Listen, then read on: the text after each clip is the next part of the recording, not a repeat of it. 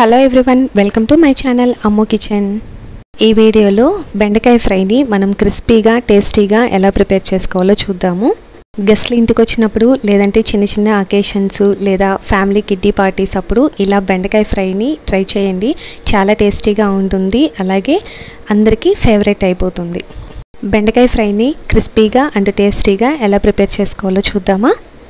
బెండకాయల్ని మరీ పెద్దవి కాదు, అలానే మరీ చిన్నవి కాకుండా ఇలా మీడియం సైజులో కట్ చేసుకోవాలి. బెండకాయల్ని మనం ఆయిల్లో ఫ్రై చేసినప్పుడు చాలా చప్పగా ఉంటాయి. అలా చప్పగా ఉండకూడదు అంటే సాల్ట్ని ముందుగానే యాడ్ చేసుకుందాము.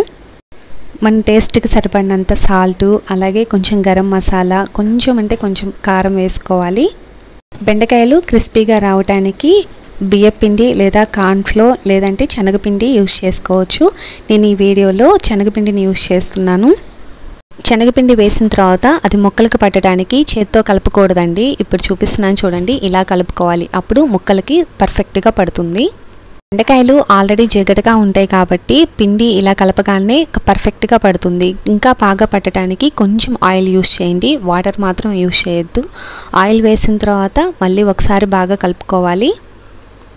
ఆయిల్ వేసిన తర్వాత చేత్తోనే ఒక్కసారి అలా కలుపుకొని మళ్ళీ మనం మామూలుగా కలుపుకుంటే సరిపోతుంది.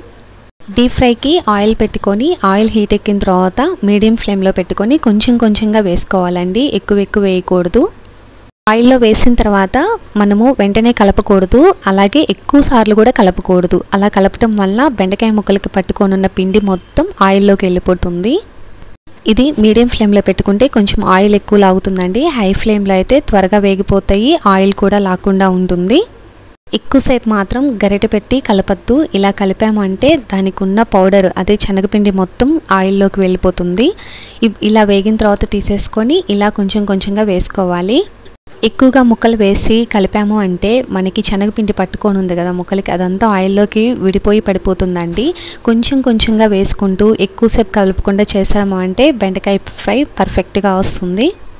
బెండకాయకి సహజంగానే ఆయిల్లో డీప్ ఫ్రై చేసినప్పుడు కొంచెం క్రిస్పీగా ఉంటుంది, మళ్ళీ వెంటనే మామూలుగా అయిపోతుంది. అంటే క్రిస్పీగా ఉండదు, నార్మల్గా వస్తుంది. కానీ క్రిస్పీగా ఎక్కువ టైం ఉండాలి అంటే మాత్రం మనము ఎక్కువసేపు ఆయిల్లో డీప్ ఫ్రై చేయకూడదు. కొంచెం బెండకాయ ఉడికింది అంటే వేగింది అనుకోగానే వెంటనే తీసేసేయాలి. శనగపిండి వేయటం వల్ల ఎక్కువసేపు మనకి క్రిస్పీగా ఉంటుంది. అలాగే కార్న్ఫ్లోర్ వేసామంటే ఎక్కువసేపు క్రిస్పీగా ఉండదు. ఇది ఒక చిన్న టిప్ అండి. ఈసారి ఎప్పుడైనా బెండకాయ డీప్ ఫ్రై చేసేటప్పుడు కార్న్ఫ్లోర్ కాకుండా శనగపిండి యూస్ చేయండి. ఇలా బెండకాయ ముక్కలన్నీ కొంచెంగా వేయించుకున్న తర్వాత ఆయిల్ మొత్తం వేరొక దాంట్లోకి తీసుకోవాలి. దీంట్లోనే మనము కొంచెం తాలింపు పెట్టుకుందాము.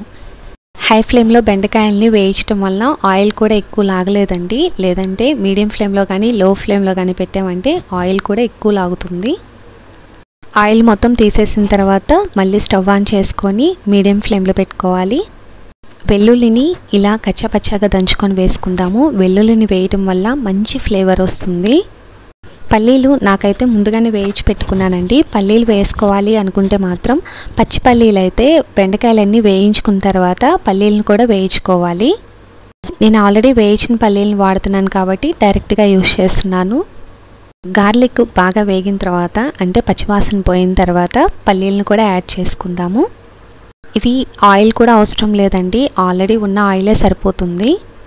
ఇప్పుడు కరివేపాకు కూడా యాడ్ చేసుకొని ఒక్కసారి కరివేపాకు వేగిన దాకా మీడియం ఫ్లేమ్లో బాగా వేయించుకొని మనం ముందుగా ప్రిపేర్ చేసుకున్న బెండకాయ ముక్కలను కూడా యాడ్ చేసుకుందాము. ముందుగా డీప్ ఫ్రై చేసుకున్న బెండకాయ ముక్కల్ని వేసిన తర్వాత మీకు ఒక్కసారి సాల్ట్ చెక్ చేసుకోండి. ఇంకా చప్పగా ఉంది అనుకుంటే మాత్రం సాల్ట్ యాడ్ చేసుకోవచ్చు. కొంచెం స్పైసీగా కావాలంటే కారం కూడా యాడ్ చేసుకోవచ్చు. వీటన్నిటిని ఒక్కసారి బాగా కలుపుకోవాలి. ఇలా మొత్తం ఒకసారి కలుపుకున్న తర్వాత స్టవ్ ఆఫ్ చేసి సర్వ్ చేసుకుంటే సరిపోతుంది. చూడటానికి ఎంతో కలర్ఫుల్గా ఉంది కదా. నాకు కొంచెం స్పైసీగా కావాలనిపించేసి నేను కారం యాడ్ చేసుకున్నాను. క్రిస్పీగా టేస్టీగా చాలా బాగుందండి ఈ బెండకాయ ఫ్రై అయితే. దీన్ని సాంబారు, రైస్ దాంట్లోకి సైడ్ డిష్గా చాలా బాగుంటుంది. అలాగే పిల్లలకి స్పెషల్ డిష్గా లంచ్లో పెట్టడానికి కూడా బాగుంటుంది. ఈ రెసిపీని మన ఇంటికి గెస్ట్లు వచ్చినప్పుడు కానీ లేదు ఏదైనా కిడ్డీ పార్టీలు ఉన్నప్పుడు ఈ రెసిపీని తప్పకుండా ట్రై చేయండి. చాలా బాగా వస్తుంది, అలాగే ఎక్కువ టైం కూడా తీసుకోదు. ఎంతో టేస్టీగా అండ్ క్రిస్పీగా ఉండే బెండకాయ పల్లీలు ఫ్రై చూసారు కదా నేను ఎలా చేశానో. మీకు ఈ వీడియో నచ్చిందా? నచ్చితే మన ఛానల్ అమ్మో కిచెన్ని తప్పకుండా సబ్స్క్రైబ్ చేయండి. ఇలాంటి tasty and healthy recipes daily మన ఛానల్లో పోస్ట్ చేస్తాను. మన ఛానల్ని ఇంకా సబ్స్క్రైబ్ చేసుకునే వాళ్ళు తప్పకుండా సబ్స్క్రైబ్ చేసుకోండి. Thank you for watching.